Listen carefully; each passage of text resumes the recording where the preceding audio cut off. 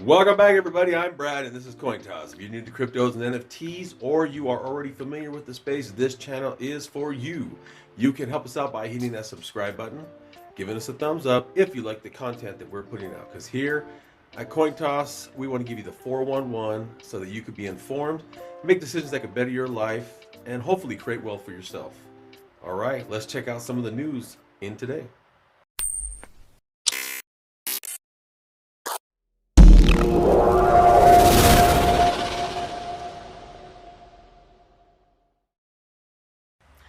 All right, everybody, let's check out some of the news stories that I have been looking at and thought that would be interesting to bring to your attention. Number one, cryptocurrencies fall after Russia invades Ukraine. Why is this big news? Because obviously, with the news of war and people considering pulling out their money because they're scared, this is something you might want to be interested in listening to.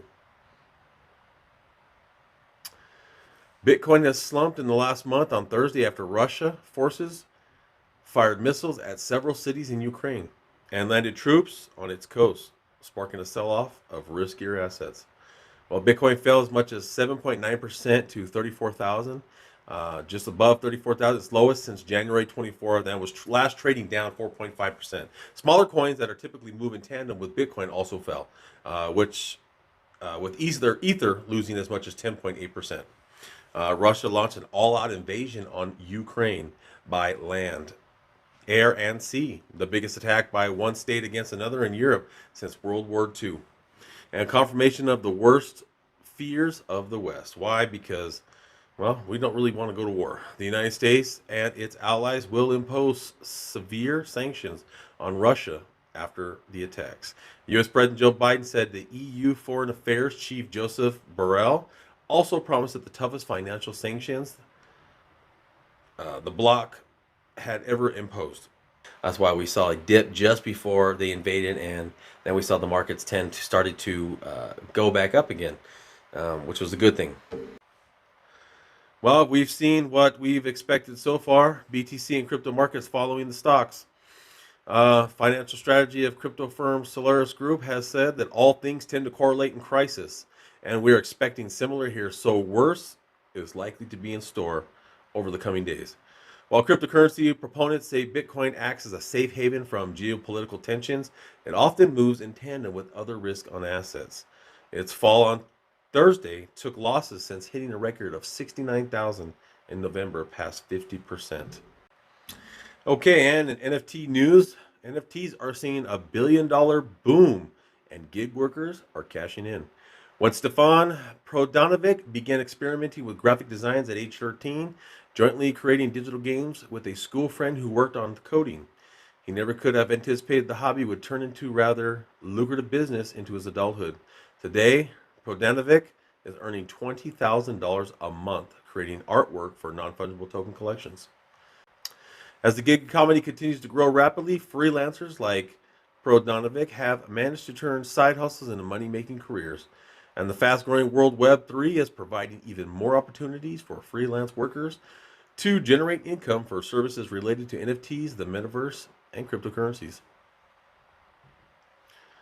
NFTs are still an unexplored area, and so many people are trying to get into it, and I'm happy I could be a part of that, Prodanovic said.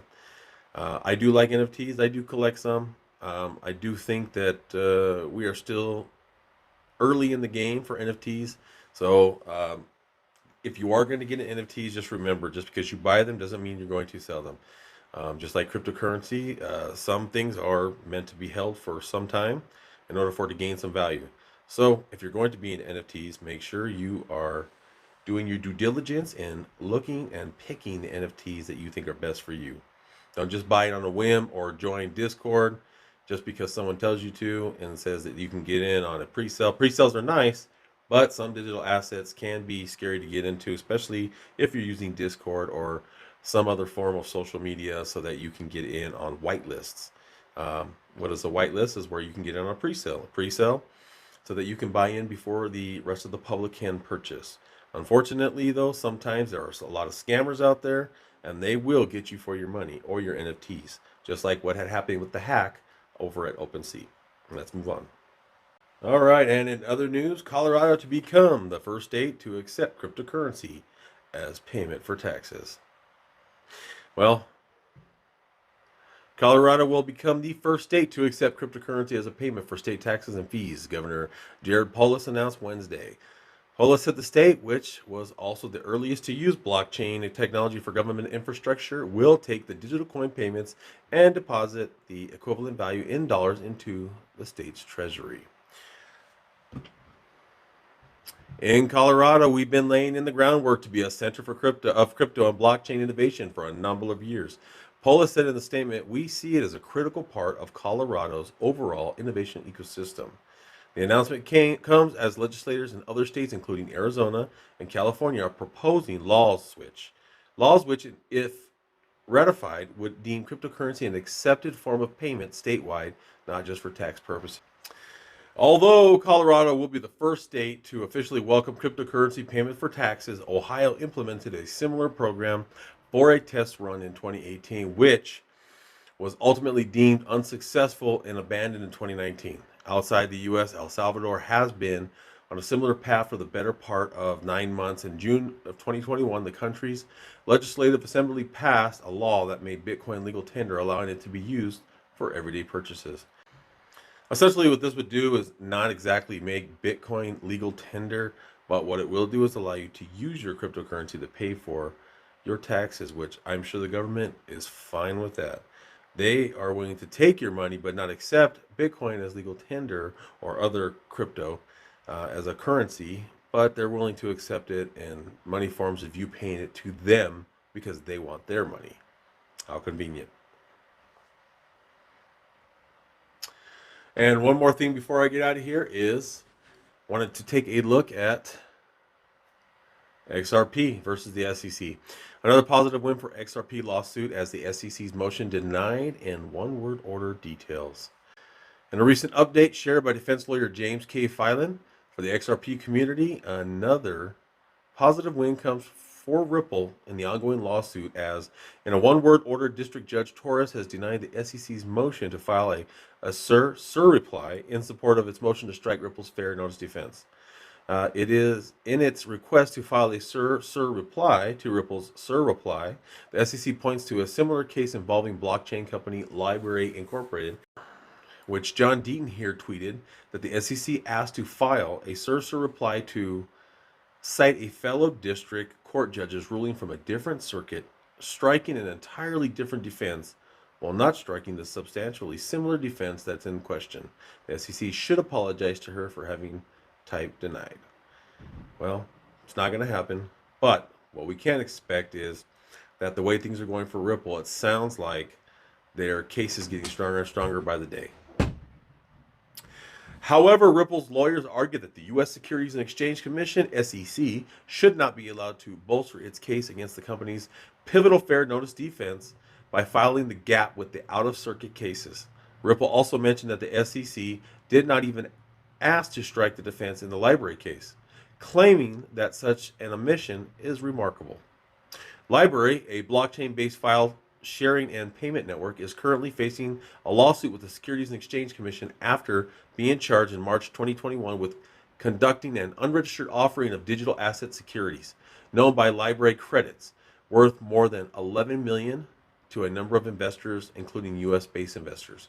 Recent updates in the LBRY case posted by James K. Filan says that the court ruled that LBRY could not depose William Hinman. It was an oral ruling on the record, so we do not know yet what the reason the motion to quash the deposition was granted. LBRY in Twitter update posted that the SEC just said in a verbal argument in our case that they have not asserted that Bitcoin or Ethereum is not a security. They are saying Hinman's speech is his personal opinion, which we all find hard to believe that it can be his personal opinion and be guidance for the SEC. It doesn't matter if it's a sector. If you're a sector of the SEC, you are part of the SEC. The SEC is a whole entity. If you have a sector but you have guidance, it's still guidance for the SEC. It doesn't matter which part of the sector you are from. At the end of the day, you cannot have it both ways. It can't be his opinion and be guidance. It just doesn't work that way. So meanwhile, in the Ripple SEC lawsuit, SEC had previously filed a move for reconsideration on behalf of the plaintiff, contending that Hinman's speech which had previously been referred to as personal opinion, could now be considered public guidance. Earlier, LBRY joined Ripple by trying to rally the industry against the SEC, claiming that its enforcement action would be put other blockchain projects at risk. Well,